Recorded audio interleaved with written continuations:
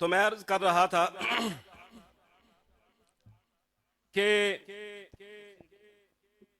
कुर्बानी के लिए हलाल जानवर की जरूरत है। कुर्बानी के लिए हलाली होना जरूरी है। तो अल्लाह ताला अकीदा खत्म नबूवत पे कुर्बान होने के लिए उन्हीं को चुनता है जो हलाली होते हैं। और फिर आंख भी सही हो, कान भी सही हो, नाक भी सही हो, सारी निशानियां पूरी करके फिर जानवर की कुर्बानी देते हैं। अगर अकीदे में कहीं भी नुक्स आ जाए अल्लाह वो कुर्बानी भी कबूल नहीं करता। अकीदा भी साफ सुथरा हो, हलाल हो, हलाल खून हो, वो अकीदा खत्म नबूवत पे अल्लाह कुर्बानी कबूल फरमाता है। तो ये नबी पाक सल्लल्लाहु अलैहि वबारिक वसल्लम का आपका जो खत्म नबूवत का मसला है ये इतना हसास है कि आज हमारी नौजवान नस्ल को यह भी पता नहीं है कि अकीदा खत्म नबूवत इसके मसले में जरा सी भी उलट पुलट हो जाए तो बंदा दायरे इस्लाम से खारिज हो जाता है।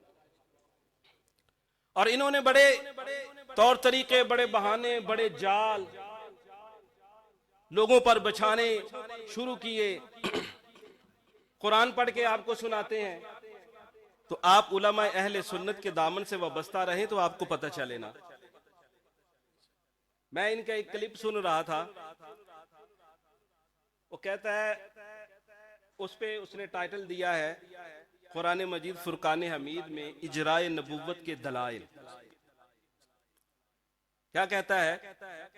कहता है कि हजरत मूसा अलैहिस्सलाम के बारे में अल्लाह ने फरमाया वइज़ क़ाला मूसा लिक़ौमिही इज़्कुरू निअमतल्लाहि अलैकुम इज़ जअल फ़ीकुम अंबिया व जअलकुम मुलूका। मूसा अलैहिस्सलाम को तो अल्लाह ने ये नेमत अता फरमाई और उनकी उम्मत को ये नेमत अता फरमाई कि उनमें नबी बना रहा है। और ये उम्मत उम्मते वस्त है। आप देखिए ना किस तरह फरेब, दज्जाल का काम होता है दजल, फरेब, धोखा देना। वो कहता है ये उम्मते वस्त है, खैर उम्मत है। तो जब मूसा अलैहिस्सलाम की उम्मत में इजराए नबूवत है तो हजूर की नबूवत में, हजूर की उम्मत में इजराए नबूवत क्यों नहीं? अब आगे कहता है मन युती इल्लाह व रसूल फउलाइका मल्लज़ीना अनअमल्लाहु अलैहिम मिनन नबिय्यीन वस्सिद्दीकीन वशुहदा वस्सालिहीन। यहां तक उसने याद पढ़ी। कहता है हम कब कहते हैं कि ये नबी जो है ये ऐसे बन गया, ये तो अल्लाह और उसके रसूल की इताअत की वजह से नबी बना। हालांकि ये बात हर मुसलमान को मालूम होनी चाहिए कि वलायत कमाई जाती है, नबूवत कमाई नहीं जाती। नबूवत वह भी है, ये माज अल्लाह के फजल से अता होती है। ये इबादत और रियाजत से नहीं मिलती। किसने बड़ी इबादत की तो अल्लाह कहे इसको मैं नबी बना लूं। वलायत मिलती है लेकिन नबूवत नहीं मिलती। तो वो कहता है ये इताअत अल्लाह की और उसके रसूल की है। तो इस तरह आया मुबारका को उलट पुलट करके, इस तरह तरोड़ मरोड़ के, फिर आखिर में ये कहता है देखो अनअमल्लाहु अलैहिम मिनन नबिय्यीन, ये जो फउलाइका मअल्लज़ीना, ये जो कहा गया है ना कि अल्लाह उन लोगों के साथ हैं जिन पर इनाम हुआ है। वो लोग कौन है? नबी हैं, सिद्दीकीन हैं, शुहदा हैं, सालिहीन हैं। वो कहता है ये हजरत थोड़ी सी जरा तवज्जो, ये आपके लिए ज्यादा मसला है। फउलाइका मअल्लज़ीना, वो कहता है ये मा बमाने मिन है।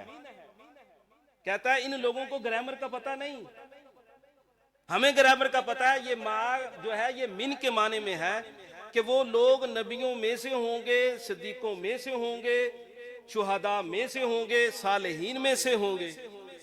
और दलील ये देता है, जैसे कहते हैं वकफ़िर अन्ना सय्यातिना वतवफ़ना मअल अबरार। कहता है यहाँ पर लफ्ज़ मा जो है ये मिन के माने में है। ये तो नहीं कि अबरार फौत हो जाएं तो उनके साथ ही फौत हो जाना है। इसका माना ये है वतवफ़ना मिनल अबरार। ये तो सही है, लेकिन वहां जो उसने कहा कि ये मा जो है ये मिन के माने में है कि नबियों में से हैं, जो अल्लाह और उसके रसूल की इताअत करते हैं वो लोग नबियों में से हैं, वो सिद्दीकों से हैं, वो शुहदा से हैं, वो सालिहीन से हैं। क्या बताओ इस उम्मत में सिद्दीक हैं? वो आगे से दूसरा कहता है शुहदा हैं, सालिहीन हैं, तो फिर नबी क्यों नहीं? हालांकि ये देखो इनकी फरेब मक्कारी देखो, कहते हैं माँ बमाना मिन है, लेकिन आगे साथ नहीं पढ़ते। वह हासुना उलाई का रफीका, इनकी संगत बड़ी अच्छी है। अब बताओ रफाकत माइयत में होती है या जुजियत में होती है? बहुत अच्छे, बहुत अच्छे, बहुत अच्छे। रफाकत कहाँ होती है?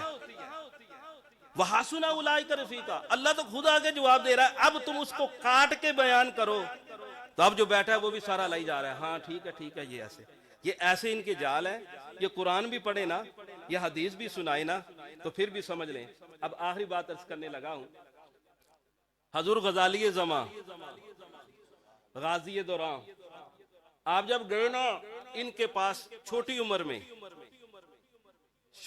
में इनके पास चले गए, आओ मेरे साथ बात करो, तो आपने हदीस शरीफ पढ़ी जिसका मफहूम ये है कि अल्लाह तबारक व तआला के प्यारे महबूब सल्लल्लाहु अलैहि वसल्लम ने इरशाद फरमाया कि एक बंदा महल तमीर करता है। हदीस शरीफ मशहूर मरूफ है, आपने सुनी है।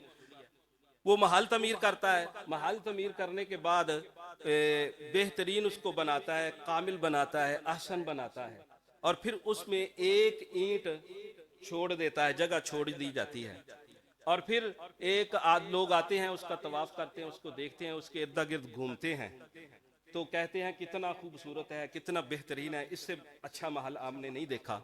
अगर यहाँ पर एक ईंट भी लग जाए ना तो इसका हुस्न दुबाला हो जाए। तो हजूर ने फरमाया अला खबरदार, वो ईंट मैं हूं, मैंने आके महल मुकम्मल कर लिया, महल मुकम्मल कर लिया। हजूर गजाली ज़माने ने ये हदीस शरीफ उनको सुनाई, तो उनमें से उनका एक मुहक्किक उठा, कहने लगा कि हम मिर्जे का प्लस्तर कर देंगे। महल बन गया लेकिन प्लस्तर कर देंगे। आपने फरमाया हदीस सही सुनी नहीं है, हजूर ने फरमाया है अकमलहा, इससे ज्यादा कामिल प्लस्तर की गुंजाइश नहीं है, क्योंकि हजूर फरमा रहे हैं इसको इंतहाई कामिल बनाया है, इसमें कोई जगह प्लस्तर भी तेरे मिर्जे का नहीं हो सकता। तो दूसरा उठ के कहने लगा हम रंगो रोगन कर देंगे, हम रंगो रोगन कर देंगे। आपने फिर फरमाया हदीस को सही सुना नहीं है, हजूर ने फरमाया है भी ahsanaha, इससे ज्यादा हुसीनो जमील हो ही नहीं सकता। तो बस चुप कर गए, जवाब ना दे सके, और हमेशा बातिल के पास जवाब नहीं, झगड़ा ही होता है। तो आप तमाम हजरात का मैं फिर दोबारा से शुक्रिया अदा करता हूं, बिलखुसूस जनाब प्रोफेसर इरफान महमूद बरक साहब आप तशरीफ लाए, और जनाब हकीम अब्दुल रशीद अंसारी साहब आप भी तशरीफ लाए।